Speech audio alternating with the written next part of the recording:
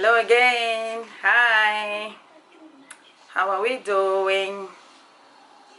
It's time to connect with Caroline. It's another day, bright and beautiful. And I just have something to share with you all today because we're still in the pandemic phase, and I just thought about something. I just thought about the effects of coronavirus in third world countries, and I just needed to vent because I watched this video that really got me upset. And this is not just happening in one part of the world, or it's not just happening in one country. There's a lot of different countries, and I'm going to show.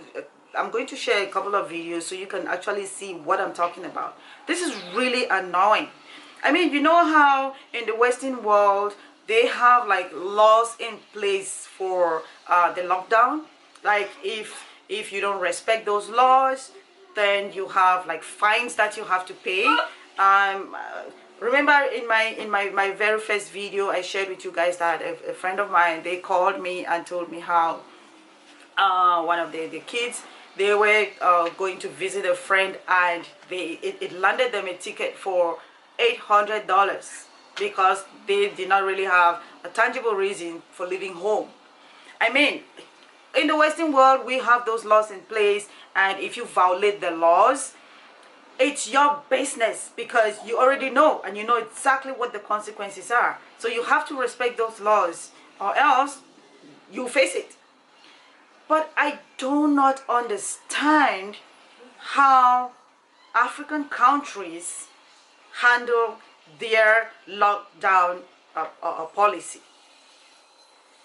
I mean, imagine the law is there, they've informed everyone, stay at home, but there's no services in place, and there's no, they don't give you that chance to even express whatever. You know how here it's like if a police officer meets you on the streets, you have that opportunity to express where you're going. Like my friend's daughter said how she was going to visit a friend. She at least had that opportunity to express herself for where she was going.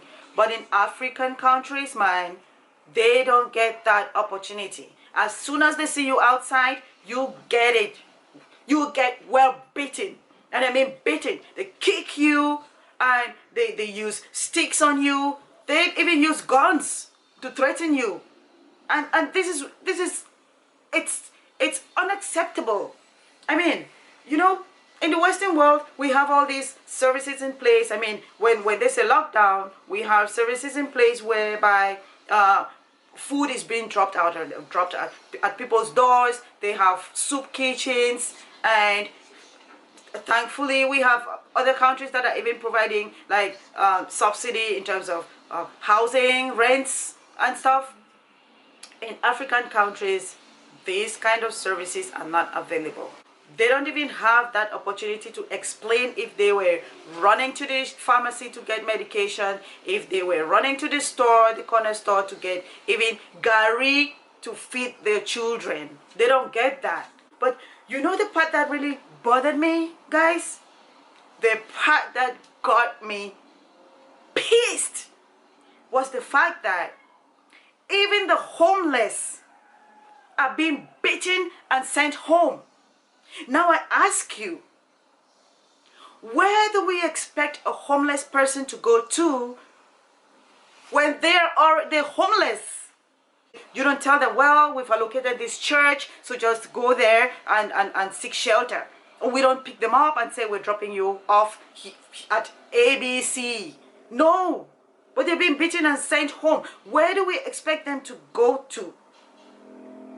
So I just want these governments to be lenient and try to provide that listening ear to these people, because honestly there could be a parent who is just struggling to survive their kids. That's why they're outside. That's why even in the Western world we're giving that the opportunity to at least go grocery shopping.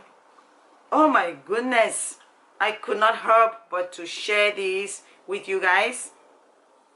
The world needs to change. African countries need to change.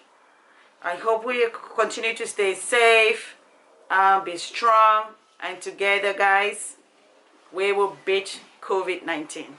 Thank you for watching.